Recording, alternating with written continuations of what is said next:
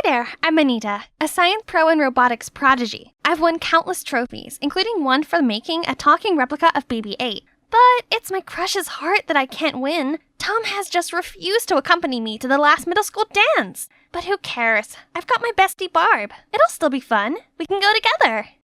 We arrived at the dance to find that everyone had dates, except for us. Well, this is a little awkward. Move. This is a dance floor, grannies. Either you dance or get out. I bet this is the first party you've ever got to attend. As if Tom would go out with such a loser. Yeah, you should try asking your robots out instead. As they walked off laughing, I felt so disheartened. Barb told me not to listen to them, but their words niggled away at me. I realized if I didn't change, then I'd waste the rest of my teen years by being a loser that got left out of all the fun. I needed to reinvent myself now before it was too late. Over the summer break, I thought it over and realized that there was only one way forward. I should flip the script, where nobody knew who I was. And this is the perfect occasion for that. High school! I purposely chose a school that's across the city. It's a bit inconvenient, but that's how to be sure I'd not run into anyone from my local middle school. Of course, except for Barb. She's going there with me also. Hey, recognize me? I'm still Anita. Like my new look? I've had a style update, ditched my glasses and all the uncool geeky stuff. Ooh, let's surprise my bestie. Anita? Whoa, talk about a Captain Marvel transformation. Gee, thanks. This hair color is so in season right now. Hang on, you look just like Chelsea. Oh, do I? How funny. You sound like her too. Okay, so Chelsea was this popular girl from middle school. Yeah, I may have spent all summer studying her. Alright, I actually mirrored her style and mannerisms. I'm just learning to better myself. This isn't any different from using humans as models when programming a robot. Besides, it's not like Chelsea's here to mind. Speaking of robots, how's your Baby 8? No, that's my past. We'll never be cool and get boyfriends if our peers think we're nerds. Come with me after school, I'll give you a makeover too. It's okay, Anita. I don't mind being a nerd. But if this makes you happy, then you have my full support. My sweet, naive Barb has no idea how incredible being cool would be. They're the cool kids here, aka celebrities. They're so dazzling and popular. And oh my god, who's that? He's so dreamy. So I confidently strutted over to introduce myself to the whole group when... Luckily, no one seemed to notice my fall, or they just didn't care. Anyways, this was only my first day here. I had loads of time to fit in with the celebrities. And then catch that hottie, who supposedly named Eric's attention.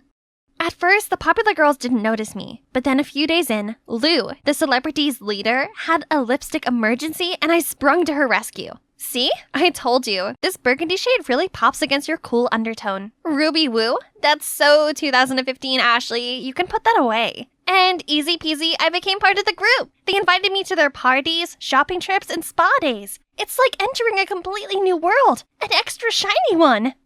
I got to sit with them at lunch where they Ubered low-calorie food. Normally, I had the same as them, but today my mom packed me a special sandwich with the moist maker, just like Ross's from Friends. Sorry guys, but Anita doesn't share food! Are you seriously going to drink that? You can practically see the fat and lactose swirling in it. Gross. Oh, okay. Looks like the moist maker would have to wait.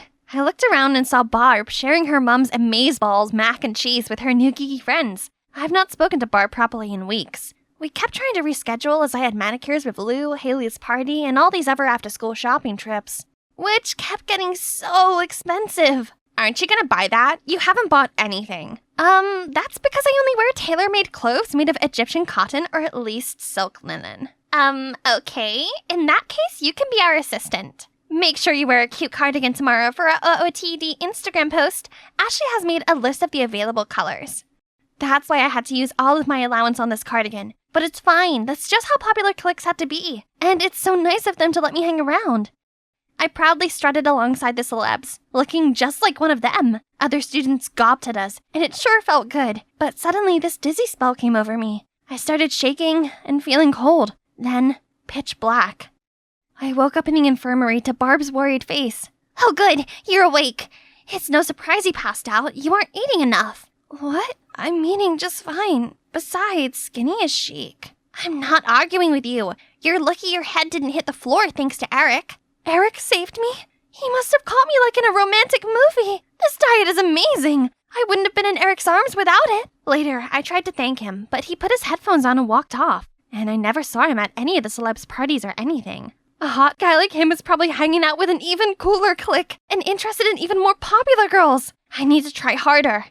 But my geeky side wasn't going to stay suppressed. One time, this guy slated Spider-Man 2099, my favorite character ever. Dude doesn't understand how the multiverse works, and his suit sucks. Are you kidding me? As if you know how it works. His suit incorporates Parker tech and has stealth features and exploding spider saucers. Okay, cool it, new girl. It's just some weirdo jumps around in spandex. Right, be cool. Cool kids didn't geek out over superheroes. Luckily, everyone else seemed distracted. I turned to look and saw them already flocked around some new kid with a huge backpack, a comic t-shirt, and jeans. It's like looking at middle school me. When I managed to get a closer look, I almost fell over in shock. It was Chelsea! Why would pretty, popular Chelsea do a total 180 on her looks? I tried to avoid Chelsea, but then one time when I was trying to approach Eric, she appeared, and he actually spoke to her. Does Chelsea know Eric? Since when? How come? Time stopped as I stared into his big, dreamy eyes, but falling for each other again? You might as well just stay in his arms. I quickly walked away and passed Chelsea. Our eyes met. Did she recognize me? She didn't say anything, but was that a smirk I saw? I needed to find out if Chelsea really recognized me, so I turned to Barb. It was a bit awkward, as we hadn't spoken in a while, but luckily Barb was cool about it and said she'd try to find out. We chatted a bit, and then she asked me, "We are still going to Comic-Con on the 7th, right?" "Yeah, of course. Can't wait." I was excited about Comic-Con until a few days later, the celebrities had a big announcement. They were attending Conan Gray's concert on the 7th. Are you coming, or do you have some tragic nerdy convention to go to? Huh? That's oddly specific. I panicked and said yes to the concert. We had to give money to Ashley the next day, and she would take care of purchasing everyone's tickets. But thanks to that overpriced cardigan, how am I supposed to afford this? I guess there was one way to pay for it. Me and Barb's Comic-Con fund, which we'd been saving since middle school. I was only borrowing and would definitely pay it back. The following day, the celebs gathered to discuss the concert. Out of the corner of my eye, I saw a flustered-looking Barb. What about her plan? Did you just spend all your savings on some concert you don't even care about? I'm sorry, I promise I'll pay you back. I just needed some time. So, you spent my share too? How could you? I felt terrible. I never meant to upset my friend like that. I just really wanted to fit in. Only, after that day, I found myself miserable with the celebs. The more time I spent with them, the more things about them got me second-guessing this group's dynamic. For instance, they talked a lot about the importance of being eco-friendly, but ordered Uber Eats almost every day, and constantly brought new, cute, reusable straws in Stanley cups. Moreover, it was always lose weight or the highway, and they even trash-talked their own group members behind their backs. I found myself often looking around for Barb and then feeling extra guilty. On my way home, I was dragging my feet, feeling awful, when I passed an appliance store. I saw some students from my school's robotics team struggling with their droid, so I gladly offered a hand. "If you want my lunch money, take it, but please leave Gears Brosnan alone. We worked hard on it." I tried explaining that I just wanted to help, but they kept pushing me away. I stared down at myself and realized that I wasn't welcomed because I'd given up everything to look like a celebrity. However, I didn't feel like one. I'd stood by and let the celebs push everyone else around. Was this really the life I wanted? That weekend was supposed to be spa day with the celebs, so I went out to the mall to ask Lou for my concert ticket. I was gonna sell it and pay Barb back. Only when I got there, I saw Chelsea with them, but she looked like her cool self again. Uh-oh, I better go. But too late. Chelsea caught me and told everyone. "Guys, look who's here. Fun fact, Anita and I used to be friends back in middle school. Cover yourself in foundation all you want, but your nerdiness will still show." Everyone started laughing, and that's when it dawned on me. They were all in on Chelsea's plans to expose me. I wanted to leave, but I still needed my ticket back. "Sure, you can have it back, but on one condition. Wash off your Chelsea disguise and go back to being pathetic little you again." And so they told me to wash my hair in this decorative basin in a Lush store before everyone's confused eyes and their live streaming cameras. I swallowed my pride and did it. For Barb. But afterward, Lou turned back on her word. "Actually, I gave it to Chelsea. Tough luck. Oops, too bad I never agreed to the deal Lou made with you." I felt overcome with panic and shame. I ran and I bumped into someone. Eric! Seeing how upset I was, he took me for coffee and a chat. As soon as we sat down, I burst into tears and told him how I'd lost everything. My popularity, dignity, friends. It all started to fall apart when Chelsea turned up all of a sudden, and then the domino effect took over. Chelsea? I'd always known she's catty, but I never thought she'd go that far. How can you be friends with her? What? No, it's not what you think. You still don't recognize me? What do you mean recognize? Then he revealed that he was from my middle school. I was shooketh. But if I squinted real hard, I guess he did look vaguely familiar. Whoa, puberty hit you like a truck. Same for you. Yeah, no, it wasn't puberty for me. I got emotionally scarred from being an outcast and became afraid of missing out on cool stuff, so I turned myself into a Chelsea clone to be popular. That's insane. But if it means anything, I prefer the old you. It's great seeing you at the school, but when I saw that you changed and joined the celebs, I was kinda apprehensive. But for real though, I would have died for you to notice me. I was beyond surprised. He liked me all along?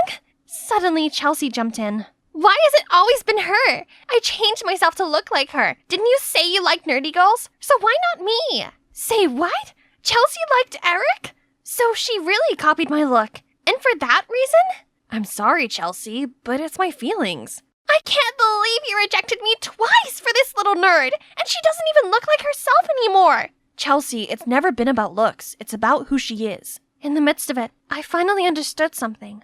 I was fine just being me. I never needed to be anything else. I've switched schools and turned myself into a dork for you! Ah! You're lucky this time! I watched Chelsea stomp out. I realized how I was constantly anxious and on edge, that I'd messed up while hanging out with the celebrities. I missed the truly happy moments with real friends where I could just be me.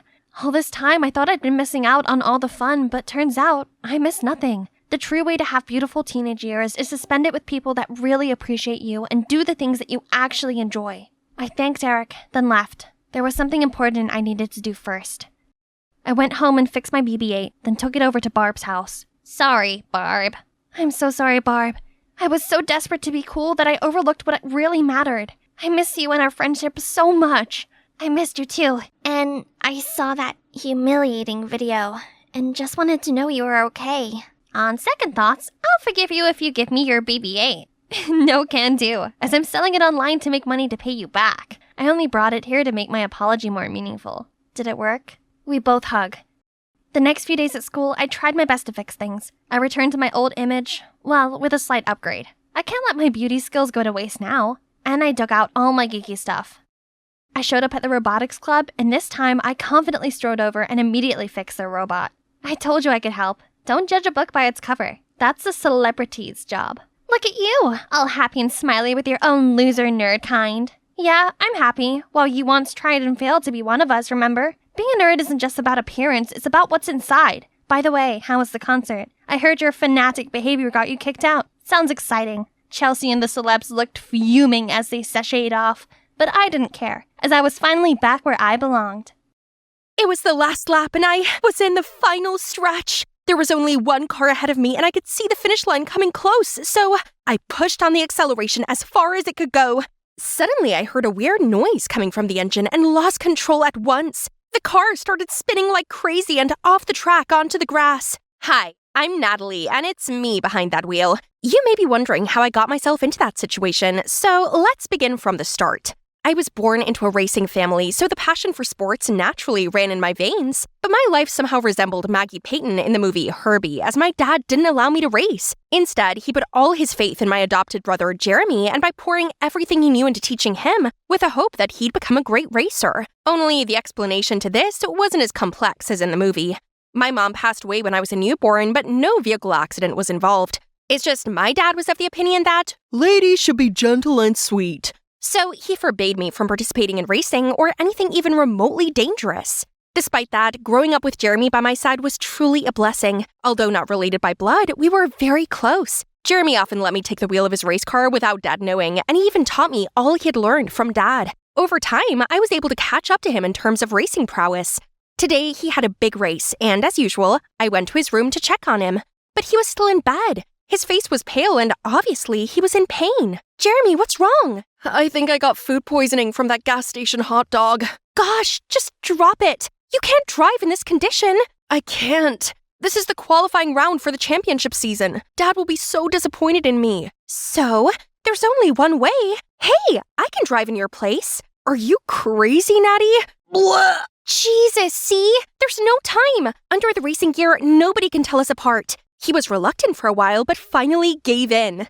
So here I am, in a super cool appearance. I felt a wave of exhilaration that sent me sprinting to the track. Passing other racers with deft accuracy, I left trails of smoke in my wake as I smoothly swerved into the tight turns. When I reached the final lap, I gave it my all and finished in first place. Yippee! I got back to the waiting area after the race, then was suddenly dragged away. Hey, Jeremy's here. I'm all right now. Just want to make sure you made it out okay. Congrats on first place. Thank you. Now switch clothes with me. They need to see your face on the podium. As Jeremy raised up the trophy, I couldn't help but imagine myself in his place, overcome with happiness.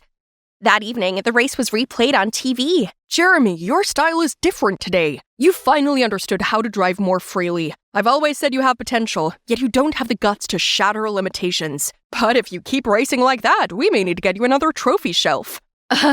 Yes, I'll try. You were really cool today. Keep up the good work. After that race, I still felt the electric rush lingering in my bones. So I asked Jeremy to let me keep taking his place. Enough, Natty. Last time I did it as a last resort. You don't really want to be a racer anyway. Let me help you. In the meantime, you can focus on your passion. Seeing him hesitate, I continued. If you're afraid of being caught, just be there at all times so we can swap back whenever we need to. Jeremy's Jeremy. Couldn't say no to my puppy eyes. After that, I wore Jeremy's racing suit and entered all of his competitions. During that time, Jeremy would covertly hide among the crowd and wait. Oh, did I mention that my brother is a huge crochet fanatic? He even runs an Etsy business stocked with incredible pieces he made all by himself. Things were going kind of smoothly, but public practice was out of the question because we had to keep this a secret from Dad. So Jeremy's plan was for me to pretend to be dating the team mechanic, Royce, also his best friend. This would give me an excuse to go to the track on a regular basis to practice. The following day, Jeremy took me to meet Royce, and luckily he was so friendly and agreed to assist us right away. Although balancing school and racing was hard, I still nailed it beautifully. At school, nobody knew I came from a racing family as we never appeared together in public. Not to brag, but a lot of guys were smitten with me. However, this dude, Liam, stood out. He's actually Jeremy's biggest racing rival, so I couldn't help but laugh internally as he made many attempts at wooing me in school. If you were a vegetable, you'd be a cucumber. Just to turn green with envy at me on the racetrack, as he had no idea it was me under this costume. It made sense, given he hadn't lost to Jeremy this many times before. Yeah! Hey, Jeremy, what's your deal? Your racing style has changed so drastically. Just then, a staff member from our team turns to me. Yeah, and you've been really quiet lately. I'm just focusing on the competition. And so, this began my official rivalry between Liam and I. We were racing neck and neck, but all of a sudden my engine died and stopped in the middle of the track. I watched as a few cars zoomed past me and Liam took the win. My win. Seeing that dude get out of his car and reveal his smug face had my blood boiling. The next week, I was in another race to make up for last week's fiasco, but this time I had a flat tire. Were the racing gods against me beating Liam? Due to my recent losing streak, some of my sponsors threatened to have their sponsorship withdrawn if I don't win the next race. So this time, I got Royce to triple check that the car was ready to race. I scrutinized every nook and cranny, same as the last few races. If something goes wrong again, then my guess is that you have a petty guy willing to sabotage you. My next race was going well, but on the last lap, as I reached a tight turn, I pressed on the brake and my car was not slowing down. Time seemed to slow as the wall rushed closer. My palms clenched the steering wheel. It was a dance of split-second decisions and instinct, but I managed to swerve, the tire screeching in protest as I narrowly avoided disaster. Close shave. I looked over to the finish line and saw that Liam had once again secured first place. He was definitely behind this. So I quickly got changed and barged into Liam's waiting room to confront him. Oh, my angel! What are you doing in this fiery battlefield? It's you who played tricks on my brother, right? Spit it out. Your brother? Who? Jeremy Wilson? You sabotaged someone else's car too, or what? What are you talking about? Drop the act. You're the one who benefits the most if my brother loses. Recently, his car kept breaking down. This can't be a coincidence. It just seems like luck is on my side. See, the girl I like also happens to come from a famous racing family. We're a match made in heaven. How can you be so casual about this? Don't you know how dangerous it is to drive with broken brakes? If not for my driving skills, I would have been injured. Wait, your driving skills? Were you the one driving the car? I mean, my brother. Oh my god, it's you! I knew something's off lately. Watch your tongue. I didn't say anything. Focus on the actual conversation. You either confess to the crime, or I will investigate and expose your true face to the whole world. Mark my words. I couldn't believe I just let my secret slip to my biggest rival. If Jeremy knew this, he'd definitely tell me to quit racing. So after a sleepless night, I decided to meet Liam for a proper talk, but he found me first. Are you Google? 'Cause you have everything I'm searching for. Stop messing around. I'm not done with you yet. The you broke my car case? I had no idea about it, I swear. I'm competitive, but not that low. But isn't it normal for a car to suddenly break down sometimes? Put that aside. Anyway, have you told anyone about my identity yet? No, but what's up with that? I want you to keep your mouth shut. So let's make a deal. What do you want? Except for a date like in some sappy rom-coms, of course. Then nothing. Just don't avoid me anymore. And tell me why you have to disguise as your brother. That's none of your business. All right, then I'll ask someone else. Fine. Just promise you won't tell anyone. Then I told Liam everything. And since that day, he had officially become my shadow, no matter at school or on the track. I need to complain to Spotify for not naming you this week's hottest single. Oh wow, they really look cute together. Even though they're competitors, love always wins. And that's how we accidentally became a gay couple in the racing scene. At first, I found Liam very annoying, but soon I realized his great passion for racing matched my own, and his insights into the racing world were unexpectedly captivating. I found myself opening up to Liam, sharing my thoughts and feelings with ease, and somehow felt happy around him. But the mystery around my broken car hadn't unfolded, so I couldn't let my guard down. And here comes the last qualifying match before the championships. My dad was also here today to motivate everyone. I was so nervous, yet still had to act lovey-dovey with Royce in front of Dad. Obviously, Liam wasn't happy about that. He kept coming in between us, even though he knew we were just pretending. Natalie, focus! I couldn't stand to keep my secret any longer. So I gotta carry the day to prove myself, then reveal the truth to him and race under my own identity. I turned on the engines full power and felt its huge force as I raced. My helmet fought the wind, and the air surge was like a thrilling symphony. It was the last lap, and I was in the final stretch. There was only one car ahead of me, Liam's car, and I could see the finish line coming close. So I pushed on the acceleration as far as it could go. As I raced past him, I was both precise and fast. My heart pounded in my chest, and I could feel an adrenaline rush through my body. Suddenly, a strange sound came from my car, and I lost control at once. The car started spinning like crazy and off the track onto the grass. I was dizzy, but lucky enough, not a scratch. As I came to, the first person I saw was Liam? He dropped everything just to check that I was okay. He took me to my pit stop, where my teammates rushed over to support. Suddenly, my dad appeared. I was panicking, and I didn't know where to go or hide when... Natalie, no need to hide anymore. I already know.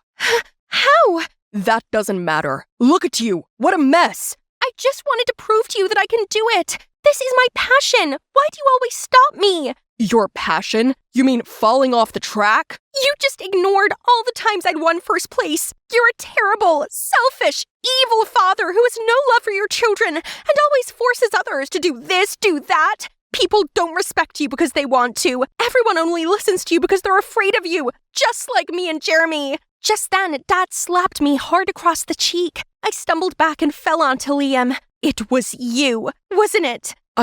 I'm sorry. I just couldn't watch you get yourself in danger anymore. Meeting you is my entire life's greatest regret. Before anyone could see me cry, I ran away. I have nothing left. No one understands me. No one.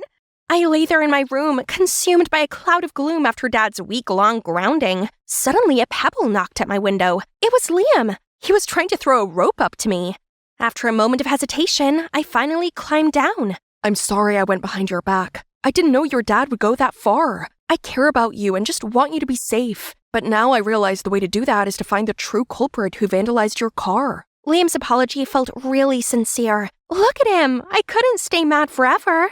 The last time you raced, you never left your car's side. The pre-checks are where we need to look into. Are you sure you can fully trust this Royce guy? He's my brother's best friend. Why would he sabotage me? You're just being subjective. Suddenly, a memory resurfaced in me. Last week, I saw Royce lingering around the car for longer than the usual inspection. He told me that I need a new head gasket or else I wouldn't be able to accelerate without blowing the engine. Now, when I think of it, it seems kind of fishy. So we rushed to Royce's shop immediately. Natalie, what are you doing here? I'm sorry to hear things have been rough between you and your dad. But you're not sorry for almost taking my life? What are you talking about? Cut the act. I've got all the evidence against you. What evidence? Shut up. I have CCTV footage of your criminal acts. If I give it to the racing committee, you'll be out for good. What do you think? My hands were trembling as I hoped that Royce couldn't see through my bluff. But shockingly, Royce's face went pale and he crumbled to the ground. All right, Natalie, it's me. But I didn't mean to hurt you. I just want to help Jeremy. How does that help Jeremy? Actually, I have a crush on him, and Jeremy confided in me once. I don't know what to do. I love Natalie very much, but I always feel self-conscious in front of her. I'm just an adopted child. Becoming a racer is all that my dad wishes for me. If I stop racing, he won't love me anymore. Meanwhile, Natalie's far better than me from the beginning. If Dad finds out I'm such a loser, he will disown me. Jeremy, my poor brother. I just wanted to scare you into not racing. Everything I did to your car was carefully deliberated beforehand so that you wouldn't get hurt. I'm sorry. I'll find a way to fix everything. I got home later that night, only to hear arguing from the living room. What you did to Natalie was unfair. You kept her from doing what she loves, just like me. I've never dared to admit this, but now, Dad, racing isn't my passion. This is. What? But you find it too girly, right? Actually, I just race to please you. And only this simple thing makes me happy. Unable to stand by, I interjected, revealing how Jeremy was living in so much fear among his own family. They were shocked for a moment. Then Dad said, Jeremy, it's all my fault to put so much pressure on you and make you feel like you weren't loved enough. You're always my son, no matter if you choose racing or not. And Natalie, I'm sorry for hitting you. The pain on your cheek may have gone, but still lingers in my hand. I just didn't want to risk losing you. I never told you this, but when your mother was pregnant with you, she got sick, and I could have lost both of you when she went into labor. Ever since that day, I swore to keep you safe, alive, and healthy. Dad, I love you, but I love racing too. I hope that I can count on your support on the track. Then I revealed that Royce was the one who sabotaged my car. They were both shocked and furious, especially Jeremy. But after being told the full story, they decided to forgive Royce as he showed his remorse by confessing his crime and was temporarily suspended. We had not seen him since then. True compassion lies not only in caring for someone, but also in caring for them in the right way. Misguided intentions can unintentionally sow the seeds of unintended consequences. Finally, I could officially join the race using my own name. Dad came to see me today as well. He seemed quite concerned, but encouraged me anyway. Suddenly, Liam approached me. If I win this time, fair and square, would you go on a date with me? You have no chance to win, but a date? You earned it. I was sound asleep when loud bangings jolted me awake. The cops busted in and immediately pinned me down. What are you doing? Let me go! Get away from me! Do you even know who I am? Rebecca Darlington, you're under arrest for stealing Mr. Woodley Jones's heirloom necklace. Anything you say can and will be used against you in a court of law. Stealing? What? No, I didn't do it. Let me go. Man, I got into big trouble that time. Oh, hey guys, I'm Rebecca. Believe it or not, it's actually my bizarre life story here. Before we start, please like and subscribe. My dad passed away when I was only 5, so my mom had to step up and take over the entire family business on her own. And she was the biggest perfectionist on the planet, not just in business, but in the family too. Seriously, it's her way or no way. I hated this and always tried to rebel. However, Mom always found a way to ruin my fun and forced me to study business instead. Boring. But lucky me, my brother, Kevin, always got my back. One morning over breakfast, Mom decided to drop a bombshell on me. Rebecca, I've arranged you a date with Brian, the Woodley Joneses' son. You are to go there for dinner and be on your best behavior. They are very affluent. They own half of the city. No chance. I'm not some pawn in your bid to gain business deals. If you ignore my orders, I'll transfer you to a boarding school all the way to Australia. You wouldn't. Don't test me, young lady. Perhaps you could arrange this date for another time when Rebecca has had time to digest it? If I wanted your input, I would have asked for it. He's my brother, and he has a say in this. Your adopted brother. It's about time he knows his place. Kevin looked so hurt, but still put a smile on for me. He's such an angel, just like his mom, Rosalie. Rosalie used to work here as a maid, and Kevin would often come play with me. But then she suddenly passed away, leaving Kevin all alone in this world. So Mom adopted him out of pity. To me, Kevin's always been family, and I will not let Mom treat him like that. How about I let her have a taste of her own medicine? So I took Mom's magic money card and went on a huge shopping splurge. Mom wouldn't be mad if her card missed a few zeros, right? Now let's get ready for the date. Ta-da!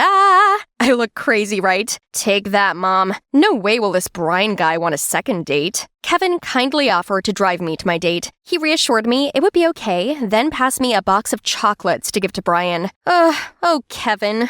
It was gone 9 p.m. when I strolled into the grand entrance hall of the Woodley Joneses mansion. Brian's jaw dropped to the floor as soon as he saw my crazy look. Oh, but I didn't stop there. I first asked all the servers to leave us alone, then made him nauseous with my table manners, and wowed him with my big appetite. I even sneaked bites of the chocolates meant for him and playfully fed him some. After dinner, I asked him to give me a tour of the mansion. But by the time we reached the jewelry room, my head was spinning. Then everything went blurry, and I blacked out. The next morning, I was already back at my house without any memories of how I got back. Then these cops came in and arrested me.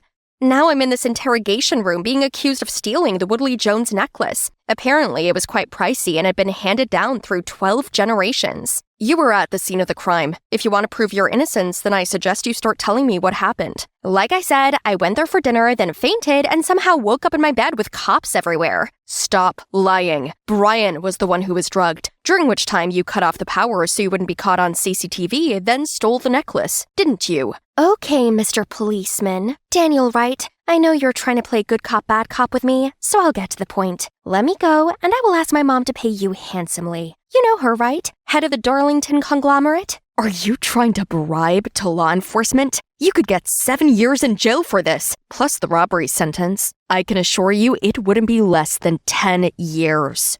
10 years? I didn't mean to. I just freaked out. I'm rich, okay? I have everything I want. I wouldn't risk stealing something like that. You did send all the staff home, so there was no one to corroborate your story. How exactly did you get home?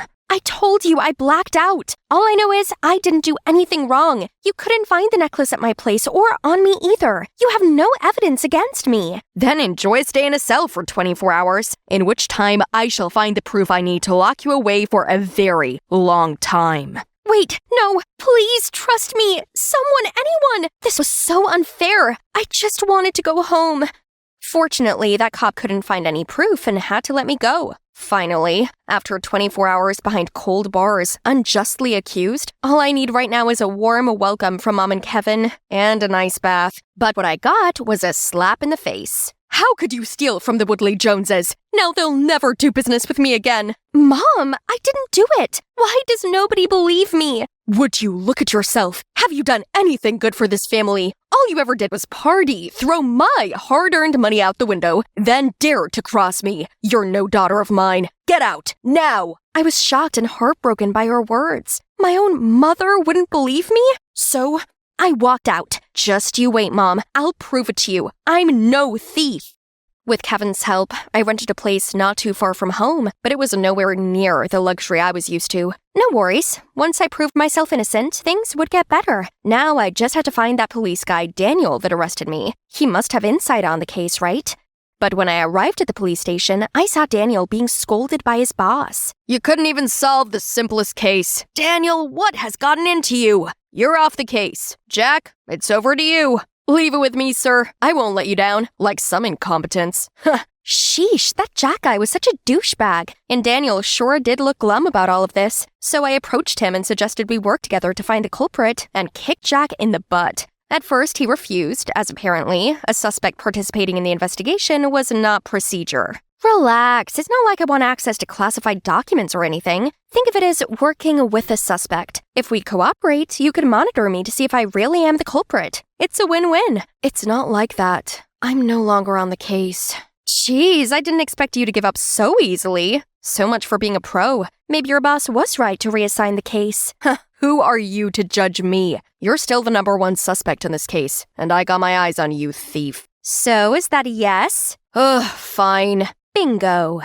Surely there's no place better to hunt for clues than the crime scene, right? But Brian's mansion was locked down and had security everywhere. Luckily, Daniel told me he'd already studied the house's layout and knew that the only way to intrude without being noticed was through this door. Yes, folks, you heard it right. A dog door. The bar couldn't get any lower, could it? Just shut up.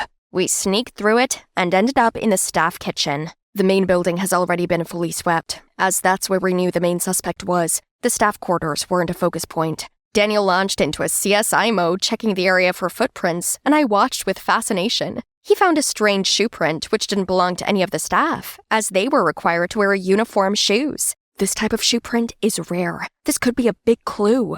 I didn't want him to start accusing me again, so I wiggled my foot about. It's obviously not my tiny size 6 feet. I didn't say a thing about you. This obviously belonged to a man with size 12 feet. Is it your accomplice? Is he Bigfoot or something? Are you crazy? Whose accomplice, you madcap? Shush, are you trying to get us caught? Oopsie. Just then, we heard running footsteps coming our way. Shoot, we gotta get out. The only escape is through this window. Again? Oh, what a burden. Daniel grabbed my hand, then we both jumped through the window. Smack! His shoe was right up my face. Ouch! Get your dirty foot off me! I tried getting up, and we ended up kissing. My first kiss. Wait, what is that sound? I turned around to see 2 big dogs growling at us. We run on the count of 3, okay? 1, just run! We ran straight to the road and caught a taxi, leaving behind those vicious dogs. Your hand?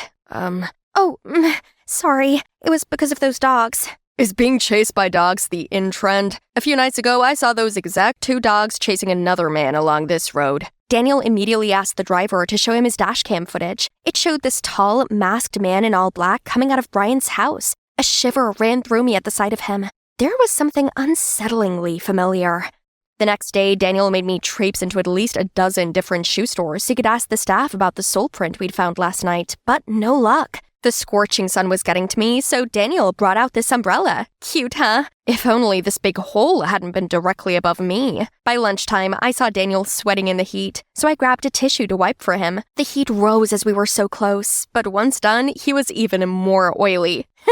We were just like 2 peas in a pod. Later that day, we made it to this ancient shoe shop that said it was a Leighton, a brand that made customized handmade shoes. Wait, I've heard about that exclusive brand before, but if someone could afford these shoes, why would they go out and about stealing? Daniel seemed to agree, and the investigation was at a dead end.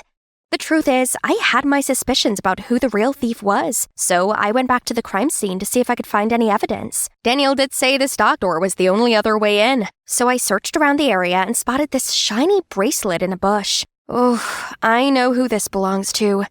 So I've asked him to meet me here. I found your bracelet. Thank you so much. You know how important this is to me. The bracelet is a keepsake from my mom. She gave it to me before she passed away. I found it at Brian's house. The night you drove me to Brian's, did you go straight home afterward?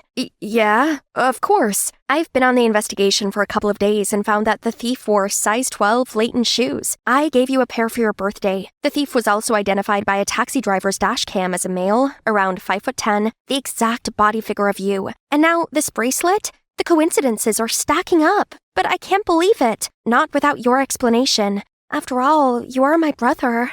Yes, it was me, but I had no other choice. I actually have a sister, a half-sister from my dad's side, and she's going through surgery. I really needed the money to pay her bills. I might look successful on the outside, but I work for your mom unpaid. Don't get me wrong, I'm grateful for all she's done for me, and I couldn't ask her for more, so I took the risk. Why didn't you tell me? I can help you. You were always embroiled in arguments with your mom, so I don't want to burden you further. And you only seem to need me when you're in trouble. That's true. Thinking back, we rarely talked. Even when we talked, it was always me complaining about Mom to him without realizing Mom has been the hardest on him. I hated what he did, but I knew he only did it to save his sister, and I felt terrible that I'd had Kevin's love and care all of these years, and she hadn't. Kevin, don't worry. Just leave it to me.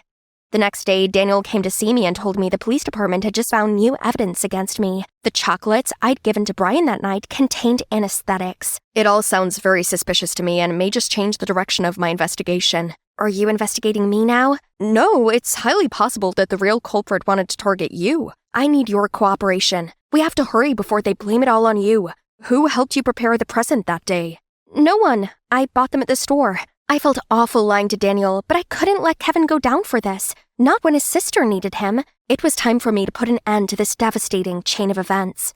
I went to the police station and confessed to stealing the necklace. They arrested me, and right at that moment, Daniel stepped in, surprised. Rebecca, what are you doing here? Let her go! What are you doing? We can't arrest her without evidence. Daniel, it's okay. I already confessed. What? That's nonsense. I insisted that I did it, and he had no choice but to let them arrest me. I know it's not that simple, Rebecca, and I'm going to prove it. Daniel was right. Everything was off about this trial. First, this Jack guy had somehow swapped all the evidence against Kevin to me. From my shoe prints on the staff kitchen to the recording from the taxi driver. Plus, the necklace was later found in Miss Rebecca Darlington's bedroom. It was never there in the first place. I wanted to speak up for myself, but that douchebag Jack shut me up. The judge was about to sentence me when Daniel kicked the door and barged in. Stop! Your Honor, I believe all the evidence presented to you was faked by him. The whole court bursted out in surprise. Turns out Daniel's boss had suspected Jack was a rotten apple, so he actually wanted to use this chance to expose him. He pretended to kick Daniel out of the case and appointed Jack instead to lure him into the trap. As predicted, after I confessed to the crime, Daniel followed Jack and saw that he was taking bribes from Kevin. Well paid. I'll fake the evidence. Rebecca will go down for this. Don't mess it up. It's tricky enough to get that brat to take the blame for me. He played me? There was no half-sister who's in the hospital?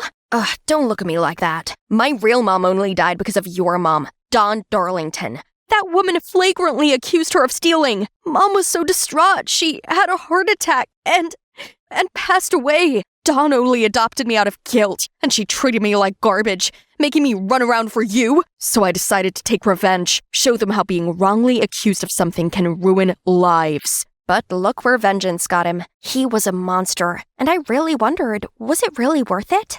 In the end, both Jack and Kevin went to jail. Unfortunately, without Kevin as key personnel to help out with my family business, it went into turmoil. So I offered to help Mom with it. You do that, after everything I put you through. We're a family. I also felt bad for taking you and what you provide me for granted. I'm so ashamed of how I treated you. I've been cold, controlling, and unfair. On you and Kevin. It's my fault he turned against us and sought revenge. Mom, it must have been hard for you running the business and caring for me and Kevin, especially without Dad. I forgive you and want to just put it behind us and start again. Now, I just had one last person to make amends with. Rebecca, I didn't think you'd ever want to see me again. I didn't. I was so mad, but then I realized that being that way was getting me nowhere. To forgive others means forgiving and liberating ourselves. I walked out of the prison feeling much more positive about it all and saw Daniel waiting for me. Say, we make a good team. What do you think about being my partner? Partner? For investigative purposes or for life? How about both? Bonjour! I'm Chloe, and I live here in the French city of Toulouse. I'm working on my debut romance novel about a couple destined to be together despite all the hurdles they face. If you like the sound of it, then leave a comment. Boo! Lost in your dumb fictional world again? If you like the sound of it, then leave a comment. That's Cedric, my brother. But I doubt it, because we have nothing in common. And he's a massive pain in my... Anyway... I guess you could say I'm introverted, and I dream of becoming a best-selling romance novelist, making a living out of doing what I love. Only dreams don't always go to plan, and publishing houses don't seem to like my drafts. Meanwhile, Cedric is Satan in disguise, whose sole purpose is making my life miserable. He turned off my alarm and made me late for a meeting, changed all of my contacts' names to emojis, and one time I woke up to see my laptop covered all in plastic wrap. The problem was he got away with being a jerk simply because he was deemed good-looking. In his fangirl's eyes, he could do no wrong. Living with Cedric was such an endurance test, so I avoided him the best I could by going to a private school, instead of the same public school as him. Everything was fine until our parents lost everything in stocks, and we had no choice but to move into this teeny, tiny house.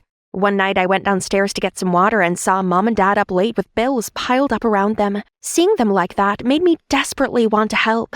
So the next day I told them that the public school had a creative writing club and that I wanted to transfer there. My tuition fees weren't a burden anymore, but going to the same school as Cedric was not ideal. So I insisted that he acted like he didn't know me at all.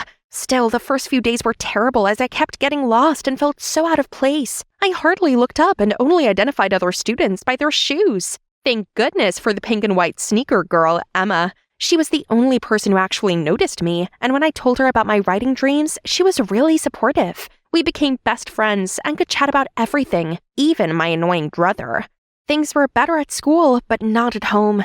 My parents were still struggling to hide their money problems, and Cedric, well, was just being Cedric. Couldn't he see that now wasn't the time for his clown antics? I helped out as much as I could by cleaning, doing laundry, preparing meals, and even got a part-time job in a patisserie, while he literally did nothing. Why can't you stop fooling around? Chill out, sis. Even when you have a mare, all the stress will give you gray hair. Fine, act like a moron and stay in this moronic place forever. I'll get our old house back alone. After a busy shift, I just wanted to get home and go straight to bed. Only when walking along the curb, I spotted Cedric doing some dumb, noisy performance. Ugh, such a laughable, selfish bum. I had to seriously hold back, or else my fist would definitely land on his face. Oh, I still had the last chapter to finish. My body was ready to shut down, but I couldn't slack. Not if I wanted to complete it by Louis Beaumont's book launch. He's my favorite author. I'd planned for months to fly to Nice and hand him my manuscript. Suddenly, the lights went out. Guys, looks like the electricity company cut us off because of those unpaid bills. Gosh, we can't live like this. So I pulled out some money from the back of the manuscript. This was money for my Nice trip. But this is more urgent, so I gotta do what I have to do. Mom, Dad, here's some money, just to help out a bit. The next day, Cedric barged into my room with a smug grin on his face. Guess who's going to Paris? Try not to miss me too much, will ya? What? But where did you get your money from? Mom and Dad? Duh. Check it out. That's my money? I can't believe this. We don't even have electricity, but they gave him money to go mess around in Paris? I shoved him out of my room and slammed the door shut. I'd always tried my best to not disappoint them, yet they favored my deadbeat brother and spoiled him rotten. All this family stuff was eating me up, so on school day, I confided in Emma. Only when I tried talking to her, she seemed distracted and kept drifting with the music. Em, are you listening? Oh, sorry, but this beat is straight up fire. Look, he's the winner of this contest. Isn't he amazing and talented? I looked at her phone and saw, what? Cedric? So he came to Paris for this stupid contest? Don't talk about him, okay? That's my selfish, uncaring brother I've always talked about. Be his fan, and we can't be friends anymore. Things got even worse when Cedric went home and literally made it rain with his reward money. Chloe, look at all of this money your brother won. Thanks to his talent, we can go back to our old house. Ugh, why is everything so easy for Cedric? He did some nonsense rap and became a celebrity. Meanwhile, it's me who had to give up my trip, my dream. At least we got the old house back, but day after day, these annoying reporters are driving me crazy. How did you come up with meaningful lyrics? Meaningful? Everyone knows rap isn't actually music. It's just some noise full of swearing and insults. Yeah, ignore her. She's just cranky from skipping breakfast. There's no escaping Cedric's name, not even at school. Please, please, please introduce me to him. Why are you so obsessed with him? Don't you remember anything I said about how terrible he is? Come on, give his music a try. I can't believe someone who wrote such beautiful lyrics can be as bad as you say he is. Fine. If she wanted to meet him, then I'd grant her that wish. It's about time she saw his true face. I opened the door and showed Emma inside when suddenly we were covered in a cloud of confetti. Why the long face? My grand welcome was the bomb. Do you know how long it would take to clean this mess? This is my brother. An idiot. Idiot brother. But then I turned around to see Emma already soaking up Cedric's every word. I can't take this anymore. My time would be better spent writing. Trembling thoughts, through fear, your eyes will find mine. Love will bind us like a cat's 9 lives. Wow, that's perfect. Wait, that voice sounds unfamiliar. Oh my, this guy was heartthrob level handsome. Bonjour, I'm Pierre, Cedric's colleague. Is he home? Yes, let me show you the way. What are you seeking him for? We're collaborating on my next album, so I'm here to practice. As a senior singer, I also helped Cedric build his show and industry connections. He's superb, isn't he? After that day, Pierre visited my house more often. Turns out he's a sweet and gentle guy who always brought us gifts, such as flowers and scented candles. And after dinner, he even helped me wash up. How can such an angel work with my devil brother? One day when I was out with Emma, suddenly she looped her arm around me and said, "You sure seem chirper these days." It's probably 'cause Cedric's often away on music shows. You're telling me it has nothing to do with Pierre? Come on, Chloe, it's written all over your face. Fine. He's really sweet, and his smile's as bright as the sun. How can I approach someone like him? Why not start with a love letter? I took Emma's advice and wrote the most romantic letter ever, then brought it to his company. If anyone asks, I'll say I'm here to see my brother. Huh? Are they arguing? I went over to Pierre and asked him what had happened. Oh, it's nothing really. Cedric is just stressed out from his busy schedule. Yeah, right. As if there was anything stressful about this nonsense rap thing. Now is my moment, so I stuffed the letter in Pierre's hand, then ran away. I was still giddy with excitement when I arrived home. Only Cedric ruined my mood by sitting there looking like he'd swallowed a wasp. Oh no, are all showbiz parties too tiring? What a tragedy. Shut it, Chloe. What does a dreamer like you know? Dreamer? At least I'm not a self-centered, shallow idiot. I sacrificed everything so you could go after your dumb rap career, and all you do is act like an ungrateful jerk. Grow up and stop being so childish. I expected him to shout back at me, but instead he gave me this dead look, then trudged off to his room. He didn't come down for dinner or anything for the next 3 days. This house sure was quiet without him. But he's a chill guy and things will go back to normal soon, right? I guess I should just enjoy the peace while I could. The next day, Emma showed up at my house all worked up. Is Cedric here? He didn't answer any texts and calls. Huh? You two are messaging each other?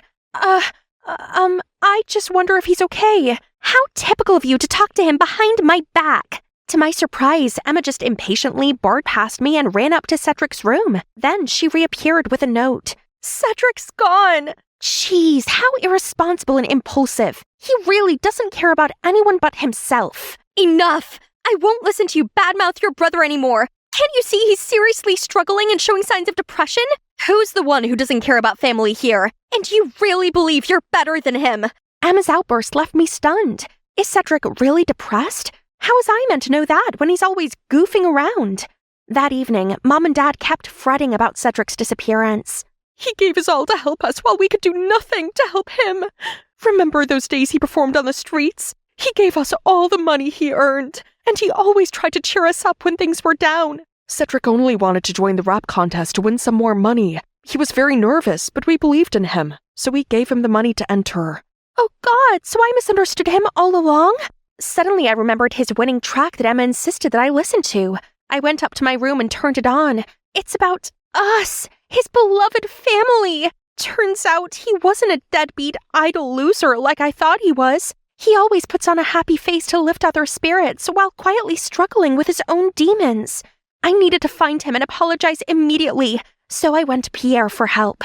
I had no idea he was struggling so badly. I should have noticed that he was suffering and not overloaded him with work. But there's an important show coming. If Cedric was a no-show, he'd be in breach of his contract and have to pay a huge sum in compensation. Oh no, that's not good. What should we do now? You know what? You look a lot like Cedric. How about you disguise as him? But how? Don't worry, our makeup team is top-notch. Nobody's gonna know. This all sounded crazy, but it seemed like I had no other choice. My family couldn't be in debt again for this. Being this close to Pierre made my heart flutter. He took me for my makeover, then I learned to lip-sync and perform on stage. I even tried to walk and talk like my brother. I felt bad about deceiving his fans, but I couldn't risk Cedric getting into big trouble. It's only a one-time thing. Sometimes I lip-sync too. It's no big deal. I felt a bit confused. Then suddenly, a stage crew member above me accidentally dropped a wrench. It could have knocked me off if Pierre didn't swoop in and save the day. Now, back to practicing, and oh boy, was it hectic. Pierre stayed with me the whole time and was really supportive. We also never stopped trying to look for Cedric together.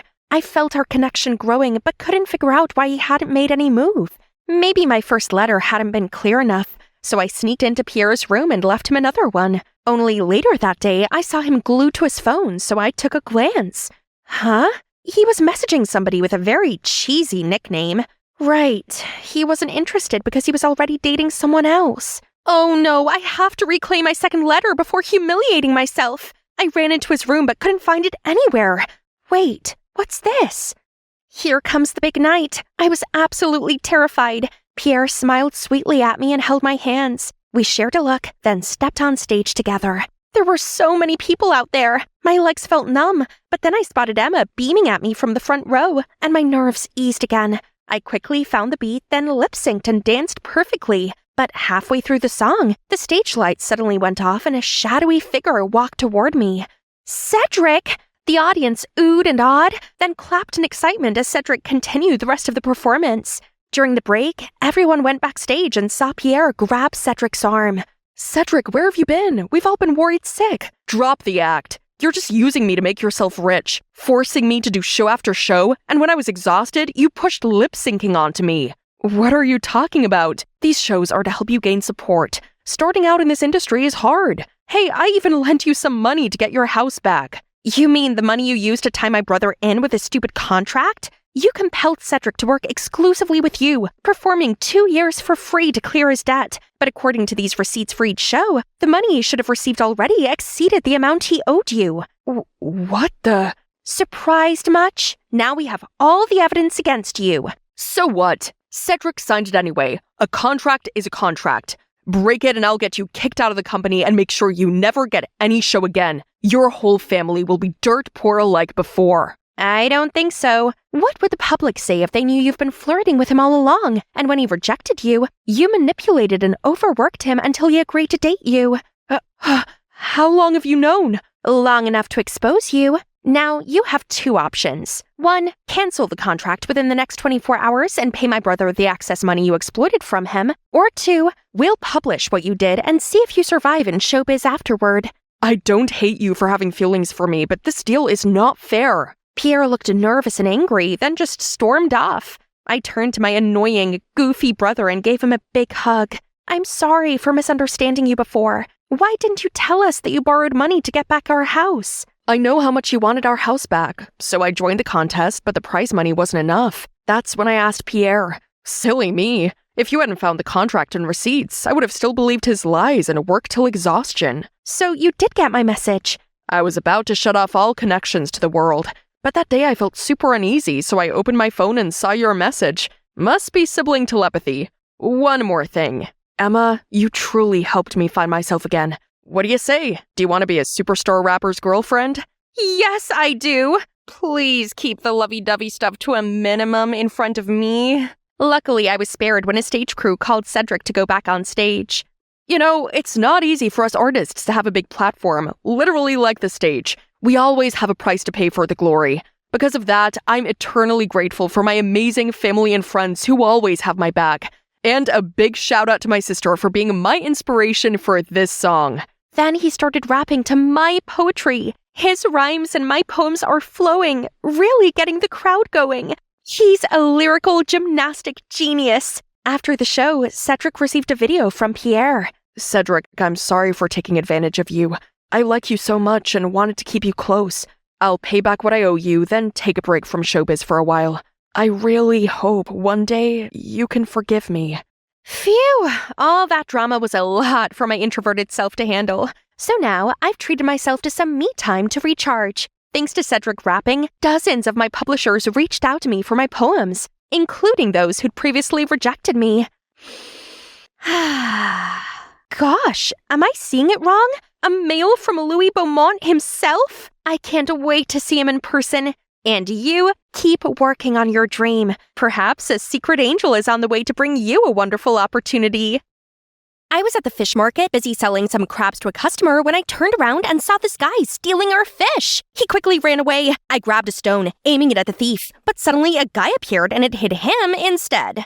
Hey, what was that? Let go of me! Shouldn't you at least apologize? I looked over and the thief was nowhere to be found. The thief's escaped! You should apologize! But the guy just frowned and huffed off. Hi, I'm Serena, and I was brought up here, in this picturesque fishing town. When I was little, I lost Mom and Dad to the sea, so Grandma raised me. We couldn't afford school for me. Instead, I helped Grandma sell fish at the market to make ends meet. But things weren't always easy. Serena, you all right? Yes, I just wish people wouldn't steal. I know. Hopefully it was an extra stinky fish that will give them a tummy ache. That's Edward, my best friend since childhood. Edward's parents are also fishermen, so we naturally bond together and grew up inseparable. Later, Edward and I were busy closing when I heard murmurs and saw Mr. Elbridge, the fishing enforcement officer. Anyone caught poaching striped bass will be given a hefty fine. What? You gotta be kidding me! Sir, it's only considered poaching if they were caught out of season, which they're not. Oh, really? Do you have the legal documentation to overpower my decision? Nope. Thought as much. He's obviously abusing his power. At home, I told Grandma everything that had happened at the fish market. I know it's not fair, sweetie, but maybe one day you could study, become an amazing lawyer, and help the local fishermen. I want to help. I can tutor you if you'd like. That's brilliant! Since then, Edward stayed true to his word and tutored me. He was smart, kind, and so patient in explaining things to me. Time flies, and by the time I turned 13, I had the biggest crush on Edward, but I had no clue how he felt about me. I'll wash up. In the future, I'll always share the housework with you. What does he mean by that? Does he also have feelings for me? The next day, when Edward and I were having ice cream, some kids came in and started making fun of me. Do you know eating too much ice cream makes you fat? Oh, of course you don't, because you don't go to school. She doesn't need to. She's still far smarter than you'll ever be. Why did you always stick up for me? Is it because you think of me as a little sister? I need to stop daydreaming. He doesn't have those kinds of feelings for me. Then, when I turned 17, something terrible happened. Grandma fell so sick that she passed away. At the funeral, I felt so alone with all the adults around, and Edward was nowhere to be seen. When everything was settled, Uncle Leon said he'd take me to live with his family in the city. I had to tell Edward, but when I got to his house, it was all locked up. So I quickly slid a note with my uncle's address under his door, then left for the city. As soon as we walked into the mansion, Aunt Clara and Rachel were already there, frowning. Ugh, can you smell rotting fish? Ew, get yourself some perfume, please. Enough! You will make Serena feel welcome here. Please prepare a nice room and everything Serena needs. Uh-oh, not a good start. But then Uncle Leon had to go away for a business trip and asked Aunt Clara to find me a tutor as he was afraid going to school might be a shock for me. I was so excited to finally study and pursue my lawyer dream. However, all the tutors Aunt Clara found were terrible. I actually had to teach them simple sums. Meanwhile, Aunt Clara showered me with errands to run. Suddenly, I saw a blur of a dog and boy and smash! You idiot! How am I meant to cycle home with an injured knee? You're hearing this, Rex? How is she gonna cycle back home? Sorry, I'll take you home. I accepted his offer, mainly because I didn't exactly have much choice. What's your number? Wow, that was quick. Stop daydreaming. I need it in case I decide to sue you. The guy, Henry, finally quit fooling around and gave me his number. When we got to the mansion, I caught sight of a familiar figure. Edward! I limped over and looped my arms around him. Who are you? Before I could respond, Henry shrugged his shoulders, then left. Edward then told me all about the tragic events that had happened to him. My father made a bad decision to go dynamite fishing. The Coast Guard caught him, but as he tried to run away, his boat smashed into a reef. We needed to move to the city for his treatment. Luckily, I got a scholarship into college here, so I can study and also care for Dad. I'm so sorry it's taken me this long to find you. That's okay, I understand. It all sounds terrible. What about you? So you live in that big mansion now? Is that guy your boyfriend? Henry? Oh, no. He's just good because, well, I wanted to tell you that I missed you and I love you, Serena. But you said I'm just a sister to you. I was 13. I didn't understand my feelings back then, but I do now. Serena, not having you by my side felt so empty. Will you be my girlfriend? We started dating and having Edward by my side felt so great. I was complaining about my terrible tutors when Edward suggested he become my tutor instead. That's a great idea. You'll need to prepare an atrocious CV for my aunt to hire you. And it worked. I don't expect you to get very far with this one. She is rather dumb. What's the deal with you two? She doesn't like having me here. Halfway through the lesson, Edward got a call from the hospital asking him to pay his dad's bills ASAP before his condition worsened. I was comforting him when Rachel barged in. Serena, go get me some ice. Oh, hello there. Get out! Who's that? Rachel, my cousin. Edward seemed distracted after that. I guess he was upset about his dad. He told me to continue with my worksheet and went to the bathroom. I finished the work, but Edward still hadn't returned. Was he lost in this massive house or something? I went to look for him and was shocked to see him and Rachel happily laughing together. Hi, Serena. I was just getting some water. I ignored Edward and continued studying by myself. Are you jealous? I was just being polite. Darn it, he knew I couldn't be mad at him when he smiled at me like that. But as we continued studying, I couldn't fully shake away my uneasy feeling. But the next day, I was waiting to study with Edward when Edward won't be coming today. What? I asked her why, but she just walked off. As she left, I heard her ask the maid to bring fruits to Rachel and her new tutor. Huh? Since when did Rachel have a tutor? Sensing something was up, I sneaked over to Rachel's room and spotted Edward? Serena, what are you doing over here? Oh, is stalking your new hobby now? I looked at Edward, but he just sat still, so I ran off with blurry eyes and an aching heart. Edward tried to call me, but I just ignored it. That night, he texted me and insisted on waiting for me. I wanted to hear him out, but I was still so angry at him. Serena, please. Your aunt told me I couldn't tutor you anymore and asked me to be Rachel's tutor instead. I need the money for my dad's treatment. I can't turn this amount of money down. Ugh, my aunt was such a witch! I'm so sorry. I would much rather be tutoring you. You're the only girl for me, but I can't lose this job. So let's keep our relationship a secret, okay? This was no big deal, right? It was me he wanted, not Rachel. Edward's birthday soon arrived, and we have a date at this restaurant today. I was excited when my phone buzzed. Sorry, babe, something's come up. Can't make it. X. It must have been something super important for him to cancel like that. But on my way home, I passed another restaurant and couldn't believe my eyes. Edward and Rachel were sitting together. Rage swarmed over me, and before I could stop myself, I charged in there. Edward, how could you? Jeez, what's up with you? He's not even your tutor anymore. Ask him how long he's known me for. I was just your tutor, that's all. I couldn't believe this, so I stormed off. I felt like such a fool for ever believing his lies. While running in tears, I bumped straight into Henry. You look like you just got dumped. It was the straw that broke the camel's back, so I started crying louder. It's not me.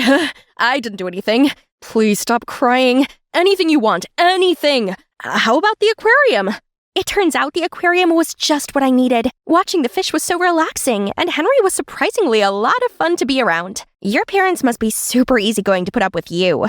Nope, my lawyer mom is way opposite. Oh wow, that's cool. It's my dream to be a lawyer. Is that so? My school's interviewing for a law foundation course. You should apply. A law foundation course, huh? Should I give it a try?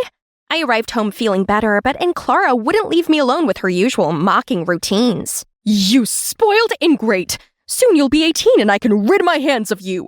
I had enough! So I decided to apply for the foundation program Henry mentioned. It was time to focus on my dream without any further distractions. I studied hard and went to the library for materials. Henry offered to help, and even though I still found him childish sometimes, he was actually quite smart and knew loads about the law. One time, Henry invited me to come watch his debate team. Only when I showed up and spoke to Henry, I saw Edward walk in. My dad's ill, yet here you are, with him?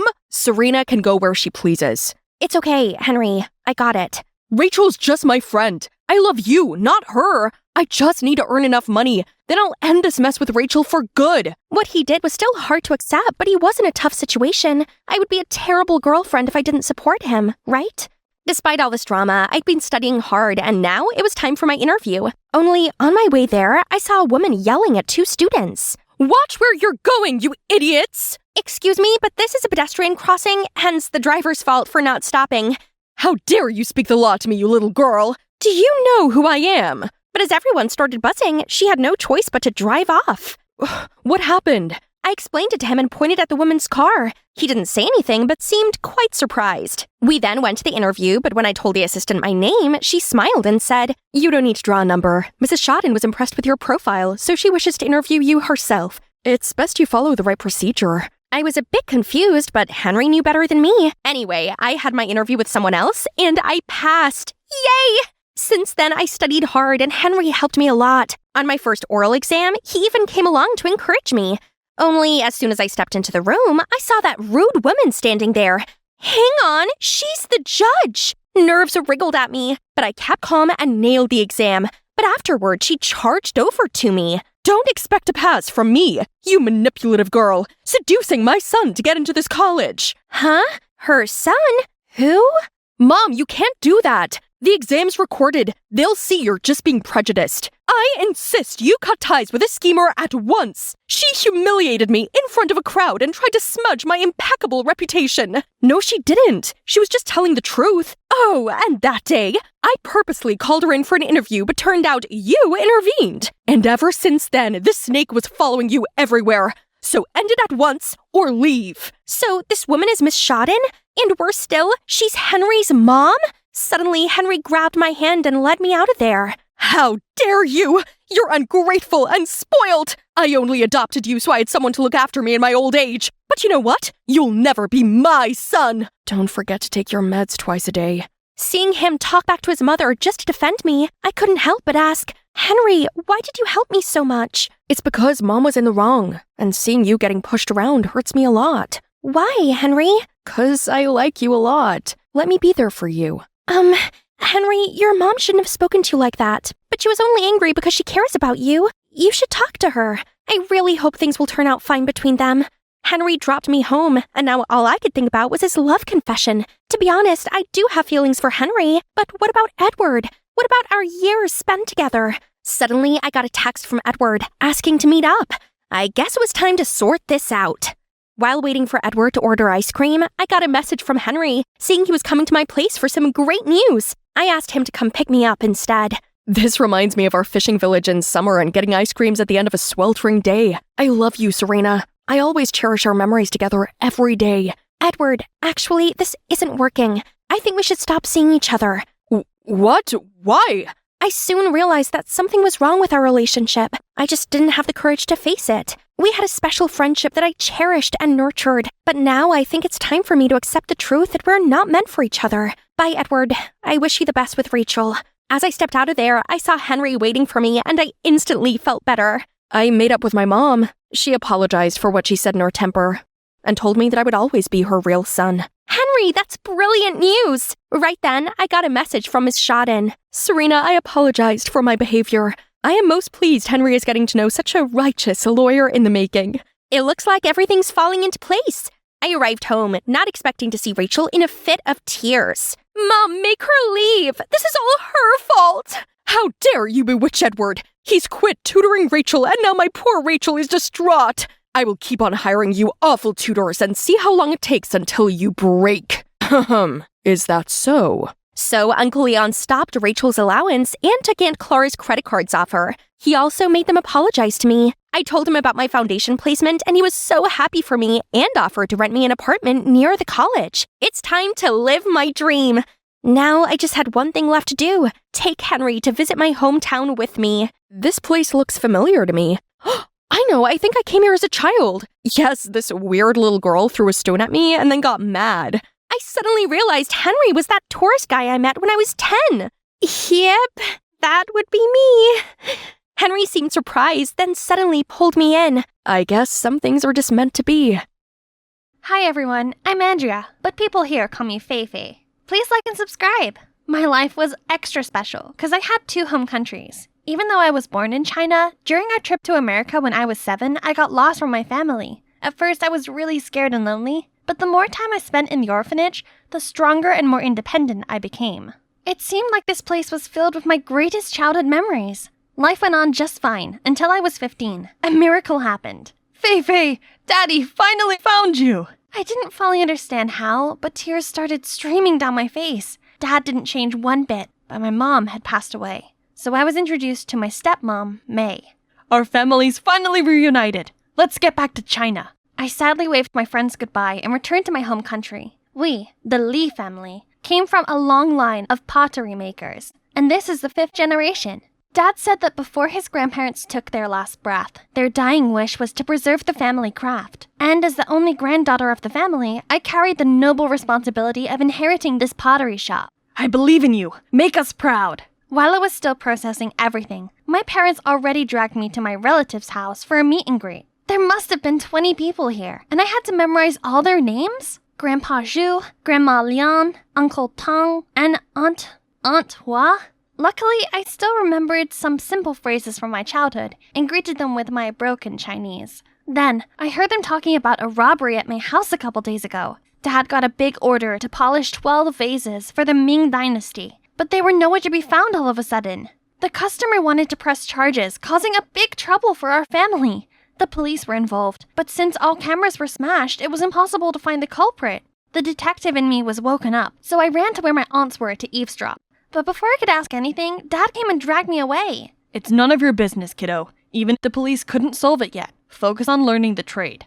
A few days later, I started school, and boy, I thought I was smart, but Chinese characters defeated me. For crying out loud, those dancing letters and accents gave me a nightmare, and I was even reprimanded for using English in class. That's not all. Classes were followed immediately by ceramic lessons. Watching ceramic tutorials was fun, but practicing was a hard slap of reality. The more I practiced throwing clay, the more stupid shapes I created. Ugh, and there's clay all over my face and shirt. Clumsy me. Frustrated, I angrily yeeted a piece of clay across the room, then saw Dad glaring at me with his face darkened. Fei just came here. She can't possibly learn that quickly. Give her some time. But Dad coldly dragged me to the ceramic gallery. You know, pottery is about pouring souls into lifeless clay. Your great-grandfather used to make ceramics for the palace during the Qing dynasty. In wartime, the whole workshop was bombed, but your great-grandparents saved the most precious vases while fleeing the enemy till they died.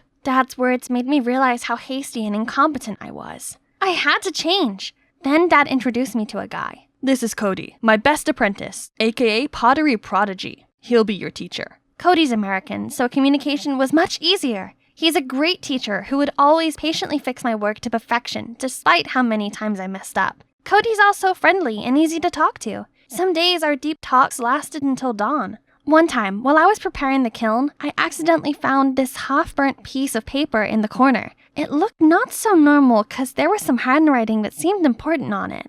I showed Cody and he said it could be a Chinese poem, but I couldn't figure out its meaning since most of it was lost. Dad said it was nonsense while my stepmom shook her head in confusion, but it somehow still bothered me. So I kept studying it for a few nights and I might have found a clue that could lead to the mysterious missing 12 vases. But that wasn't enough, so I decided to put it aside for now.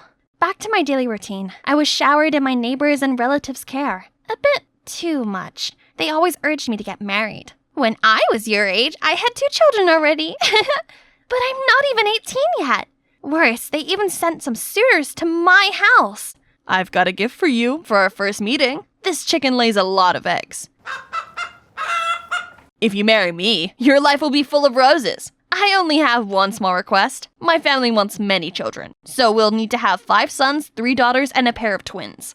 They got me dizzy, so I sneaked out the back door to avoid running into another lunatic. The countryside sunset looked so peaceful. Ah!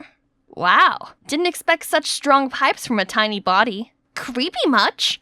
I turned to leave, but suddenly that guy grabbed my ponytail and pulled out my hair tie. I was gonna teach this jerk a lesson, but he somehow dodged every blow. Stand still so I could hit you.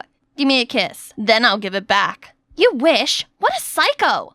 But somehow, now I and this psycho became friends, and we even got closer and closer after seeing each other every day at school. I realized Kai wasn't as annoying as I thought, and even grew sympathy for him when I learned that he also lost his mother when he was little. As his father was busy running his business, Kai was always unhappy and lonely. Now that he had my company, he cheered me up whenever I was sad and frustrated about not getting better at pottery. However, Cody didn't seem too pleased with this. He appeared out of nowhere and dragged me away. Faye, that guy is a notorious lady killer. Stay away from him. He seems like just a regular dude to me. Okay, to tell you the truth, that guy is from the Wen family, our lifelong nemesis. If your dad knew about this, you're done. I'm a bit concerned, but life isn't a revenge drama. No one can stop me from seeing someone because of some familial feud. Still, I guess I should be careful. Hey, what you hiding? Faye likes a free spirit. A boring guy only plays with clay all day.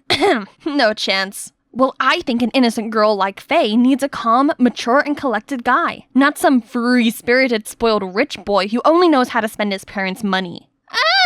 Every time this happened, I had to throw myself in between them and push them apart. One day, my stepmom caught me coming home after going out with Kai. I panicked and didn't know how to explain, but don't worry, your secret's safe with me. You're stressed out enough. Then she called me in for a deep talk. She apologized for not giving me enough care and kindly asked if I had any difficulties since returning home. Actually, I like pottery, but I haven't improved no matter how hard I worked. The responsibility on my shoulders is so big that it pulls me down. I tried to put up a smile, but there were times that I felt suffocated.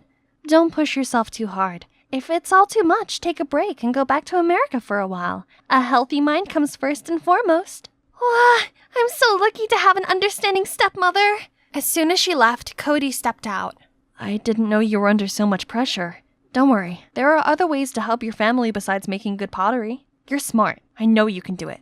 So, I started to practice performing tricks with ceramic vases, then set up a TikTok account to upload videos of my performances. They went viral in only a few weeks, gathering millions of views and propelled the pottery shop to fame. And with that, the number of orders grew rapidly.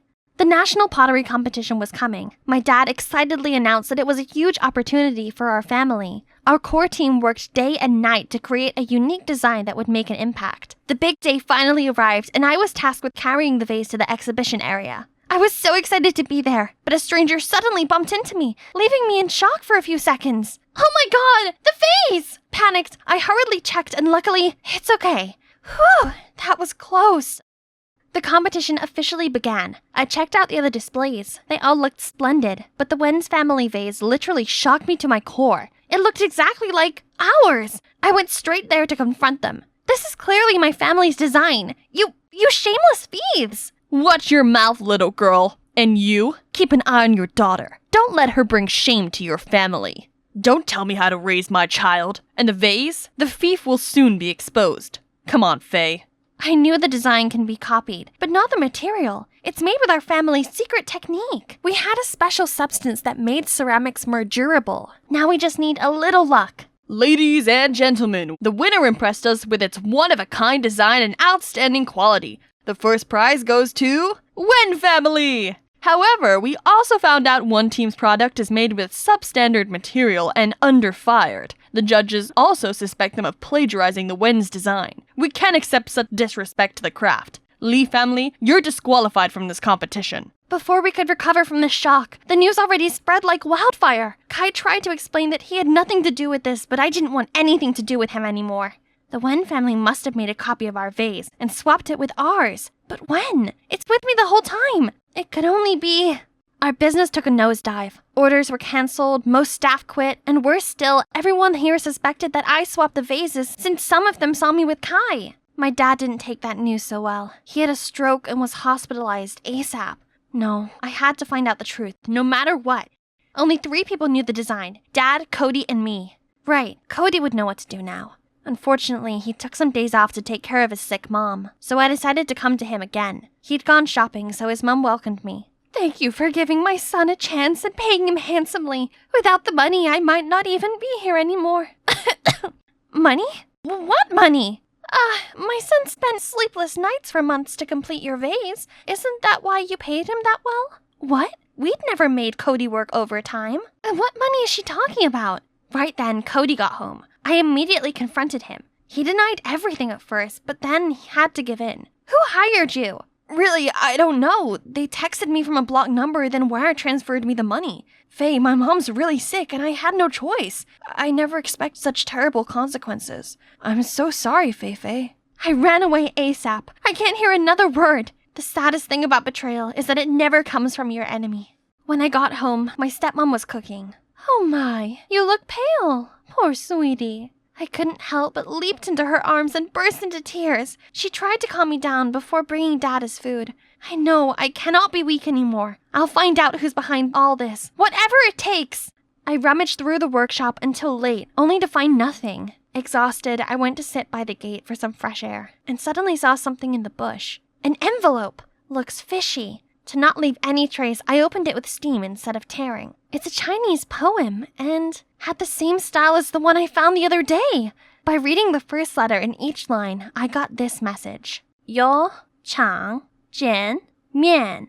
Meet at the oil factory, it is. The message coded in the other poem also referred to a place. It's gotta be a sketchy meeting to have its spot written in code like that. I quickly put the letter back and searched for the only oil factory in town, then followed the address to an abandoned factory. I ran straight inside, but it was totally empty. Was I wrong? I felt defeated and was about to leave when I suddenly heard a voice from the second floor. I crept up and saw Kai's father with a gang wearing black, and our 12 stolen vases! Right then, a hand patted on my shoulder. What you doing? I turned around to see a creepy face, then pitch black. I opened my eyes with a splitting headache, and my hands all tied up. Who's this? My stepmother, who's arm in arm with Kai's father? Already awake? You're on their side? My father didn't mistreat you. This is how you return the favor? I've had enough of your old man, a tyrant and self-proclaimed smart man. I deserve someone who loves and pampers me, like Mr. Wen here. If your father had been truly smart, he would have realized long ago that he had nurtured a serpent in his bosom. That Cody boy. Just wait and see. I will expose your scheming. Ha! In your dream? I already bought a plane ticket back to America. Be prepared to be welcomed by another orphanage. I even wrote your old man a touching welfare letter. He'll definitely have another stroke once he reads it. The secret letter has exposed you, and other evidence will soon be found. You can't get away with this. Do you mean this, feisty girl? In fact, what letter? Just then, the wind blew and swept the burning letter to some old oil containers at the corner, setting it aflame. The fire spread with lightning speed. They all ran for their life, leaving me behind. The smoke was thick, stinging my eyes. I was about to faint when Cody kicked the door open, dashed in, and untied me, while Kai covered me with his jacket. You? There's no time! Run! Then quickly carried me away from the fire. When we got to safety, the entire factory exploded. Okay, can you two explain everything now? I felt guilty about the pottery competition, so I secretly followed my father to find out the truth for you. I came to your house to apologize, but saw you rushing somewhere looking worried. That's why I decided to follow you, and I can't believe that the person hiring me is your stepmother. Me neither. Anyway, thanks. But I'm still mad at you. Are you okay now? I'm fine. I'm not sure about them, though. Animators, please replay the previous scene.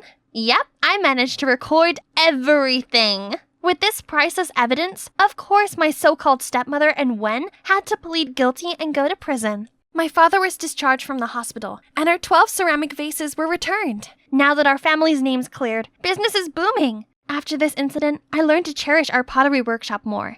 Determined to continue my family business, I started learning pottery properly to prepare for next year's competition. Root for me, peeps! And, of course, I still have these two guys by my side. Only, it looks like they no longer want to just be friends with me. What should I do? Please help me by commenting down below if you're hashtag Team Kai or hashtag Team Cody.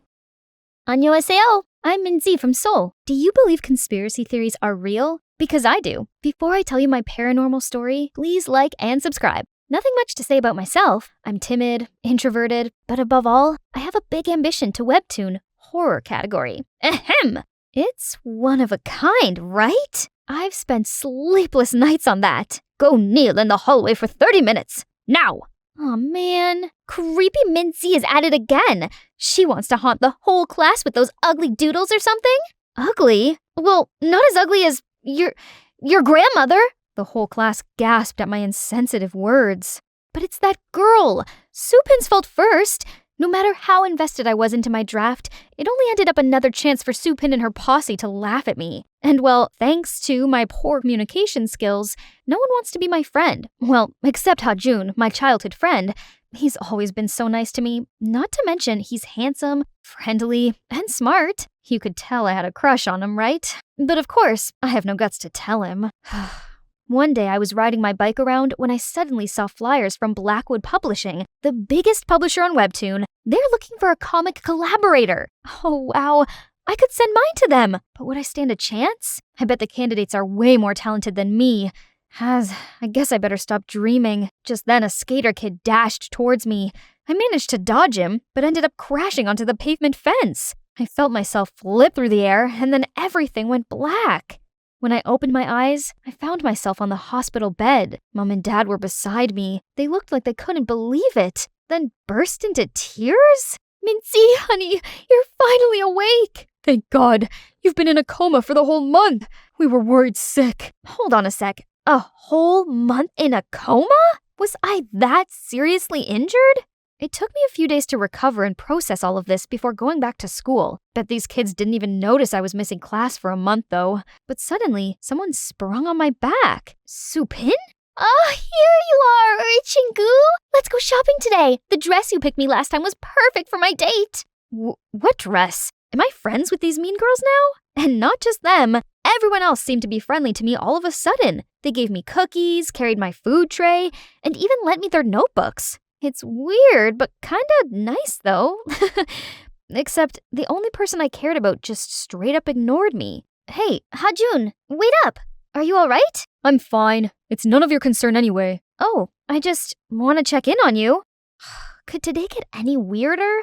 Yes, it did. When I came home, I suddenly received an email from Blackwood Publishing. Congratulations! Your digital comic is now officially published on our website. To celebrate your success, please come to our office tomorrow. Huh? Is this a prank? I quickly checked, and it's not. My comics were literally on the headliner. But how? I mustered all the courage and went to the publisher. One step in, and I was overwhelmed by all the facilities. It was all so new to me, but just then, a group of people flocked around me and babbled to me nonstop, like they'd known me before. Yeah, our fave boy group BOF, Boys Over Flowers, is holding a concert tonight. Those opas make my emo heart beat like crazy. Hey, you should come with us. It's gonna be so much fun. Eek! Oh, but didn't those boys only lip sync and dance half-heartedly? I even heard people say it's a waste of money going to their concert. Guys, did I say something wrong? Suddenly, I got this chill down my spine. Someone's hands were crawling around my waist. My boo-boo's here. Ah! Pervert! I turned around and slapped him in the face. Oh, why did you do that? It's me who should ask this. Why did you touch me? Are you serious? Wait, are you still sulking with me? What? I'm sorry, okay? Now your boyfriend's ready for some snuggles. Boyfriend? Last time I checked, I still had the biggest crush on Hajun. How did I settle for this dandy? The guy was extremely clingy. He wouldn't leave me alone for a sec. Don't you have any work to do? Work? I am. I'm tending to the artwork of my life. You! Sure. He also kept insisting on seeing my webtoon draft to help me polish it. Help my butt. He only messed it all up. Not to mention, everything is completely new to me, but everyone acted like I'm so used to all of this. This didn't feel right. Later the day, I told my parents about this, and they said the doctor did mention possible memory loss due to brain injury. Makes sense, but why did they seem all anxious? Over the next few days, I tried to cope with my new life, even though it didn't make any sense at all. Like, I now had my favorite seat in the canteen. You nerds are sitting on Minzy's spot. Move! And apparently, I got a new hobby of skipping school now. What's the matter? You've done this so many times before. Why did I even do this? Hajun, on the other hand, still kept distance from me. Until today, we had a project discussion. I tried to break the ice, but he only replied coldly. Why are you here? This whole month you've ditched me to hang out with your hot friends, and now you suddenly want to talk to me again? The whole month? What do you mean? You suddenly turned 180 degrees and became this attention seeker. You even pulled stupid pranks on those mean girls and got them to worship you as their leader. But I was in a coma the whole month. You're kidding, right? No, why would I joke about something like that? Then who was the Mincy I saw every day at school the past month? Was he saying I was in 2 places at once? How was that possible? Hajun came up with a bunch of conspiracy theories, then concluded that I had an imposter, and she had been replacing me while I was in the hospital. It made perfect sense, but so bizarre at the same time. Seeing how freaked out I was, Hajun gently comforted me, saying he'd help me figure this out. I knew it. He still cared about me deep down. While we were discussing, Supin and her clique came interrupting us. Hey, Mincy! What are you doing with this geek? Remember our group meetup today with the Ansun Highs boys? Meetup? No, I don't think I can. Of course she remembers. Can I come too? I'll keep my mouth zipped. Fine. Now hurry up. Psst, what are you up to? Your imposters must have known about this meetup, so she might be there. This is our chance to catch her. Except the imposter was nowhere to be found. while I was stuck with these self-obsessed dudes. Where's your sass, Mincy? Introduce yourself. Oh, hi. I'm Mincy. You can call me Sugar Mincy, 'cause I'm sweet as pie and you sure want to take a bite. The whole room was dead silence. Girl, you got no riz. Wonder why you can't date anyone. Everyone was laughing at my face. Luckily, June grabbed my hand and took me out of there. Here's much better. But I couldn't help but thinking how my life had turned upside down because of that imposter. You all right? You don't have to force yourself into a mold that isn't for you. You're special for who you are. And I prefer this you rather than that imposter. I could feel something churning in my stomach. I'm so glad I always have him by my side. The next morning, Sue Pin and her clique suddenly came to apologize for laughing at me. But why? Didn't you come back last night and snapped at us? Told us to publicly apologize to you today? I did? So the copycat did come to the karaoke. Did she intentionally stalk me? Later that day, I went to tell June about this. But why did she have to do that? I mean, she tried to stand up for you, right? I don't know. It must be part of her scheme or something. I have to find her ASAP. Suddenly, I got the notification of the Mean Girls live streaming at a cafe. Wow, guess who it is, guys? Oh, our little rich lady is a waitress. And she dared to look down on us all the time. She steered her cam towards the poor girl they were talking about, and she looked exactly like me. It's her! June and I immediately rushed to the cafe and saw Sue Pin and the imposter was about to jump at each other. What's going on here? Mincy? What? Why are there two Mincies? It's a ghost! Guys, run! You! Who are you? And why did you pretend to be me, you imposter? Mincy, finally we meet. I'm your twin sister, Minha. Sister? We're related? But Mom and Dad never told me I had a long-lost sister. Because you're adopted. They didn't know you had a twin sister who just got adopted before you. You're lying. I'm not. I didn't know this either until my mom was in her final moments. Mom had been sick for a while, so one day she called me to her bed, told me the truth before she drew her last breath. After that, I came to find you, but you were already in the hospital by then. You did wake up after surgery, but once you saw me, you immediately had a seizure and fell back into a coma again. Your parents and I agreed it was best for you if I stayed away and waited until you fully recovered. Meanwhile, you decided to live my life for me?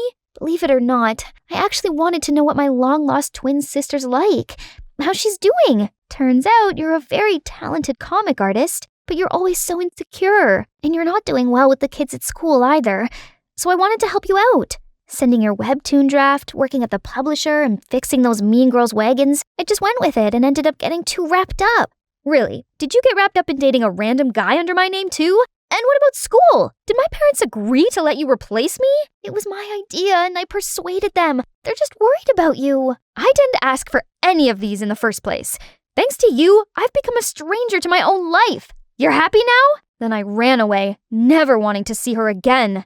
Still, the worst part was, my parents lied to me. Why did you do it? You didn't tell me I'm adopted, and now you let a stranger replace me?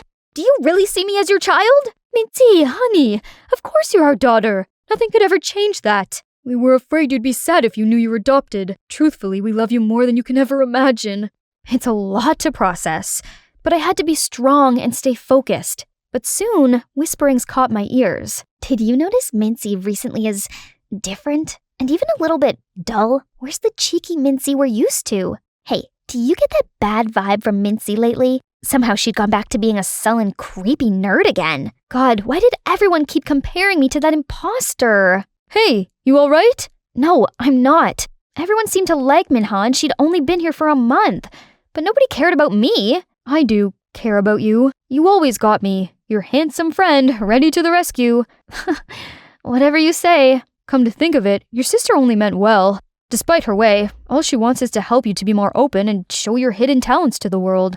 What Hajun said got me thinking that night. Maybe he's right. If it hadn't been for her, my webtoon would have been forever locked in my iPad. Besides, she's only got me as a family. I've got to see her now. Hey, I came to apologize. I could see you only meant well, and I was only acting ungrateful. I'm sorry. And also, thank you, Uni. There's nothing to be sorry about. It's my fault too for acting on my own and getting myself to fall in love with Si Woo. I haven't told him yet, but I will find the chance. Sorry for dragging you into my stuff. I leapt into her embrace and felt the happy tears running down my cheeks. After the teary reunion, we spent hours catching up with each other. It's like we're reading each other's minds. Must be the twin bond. I even invited her to my house and we had a good time. For the next couple days, I only focused on the webtoon and getting to know myself better. With Hajun's help, I now felt more comfortable and confident speaking with others. One day at the publisher, while I was having a little chit-chat break, a colleague rushed in. Minzy, did you hear the news? Your webtoon won the first prize of Comic Award. Comic? The most renowned award in webtoon? Oh my god, I'm dreaming, right? My hard work finally bore fruits. I was celebrating with my colleague when out of nowhere, Si-woo dragged me out.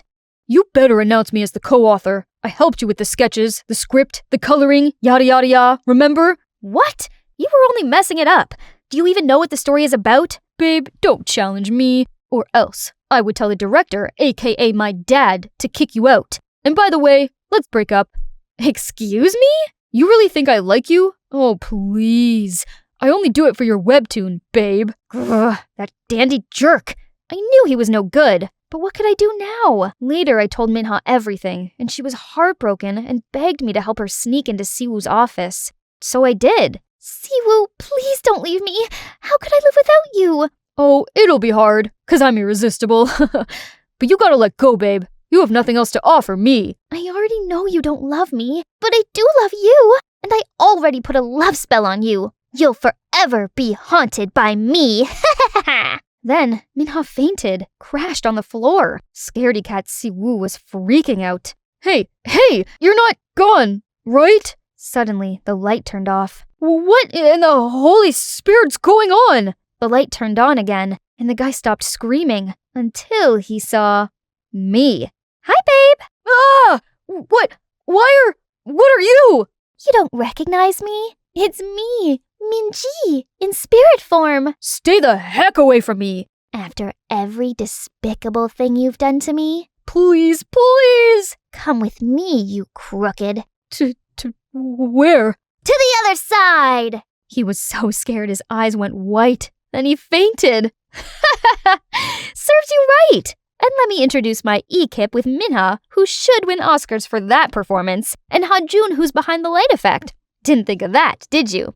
After that, Siwoo kept insisting I was some spiritual force that haunted this place. Then eventually, he quit the job. And of course, I had the full copyright of my webtoon and was eligible to receive the Comic Award. My career has just begun as I decided to continue to work at Blackwood. Mom and Dad also decided to adopt Minha into our family, and we could finally be together. That's the magic I wanted to tell you. This unexpected event changed my life for the better. Chance doesn't come twice, right? You have to grasp it. By the way, I want to ask, do you guys have any unexpected events that changed your entire life? Tell us in the comments below. Hang on, here's one more thing I have to do for the old shy me. Hajun, I've been wanting to tell you something. The past event got me thinking, if I don't start telling you how I feel now, I might regret it later. So, Kim Hajun, I like you. So much. Finally, it took you that long. When you were in hospital, you weren't the Minzy I knew, which freaked me out thinking what if I couldn't see the real you anymore?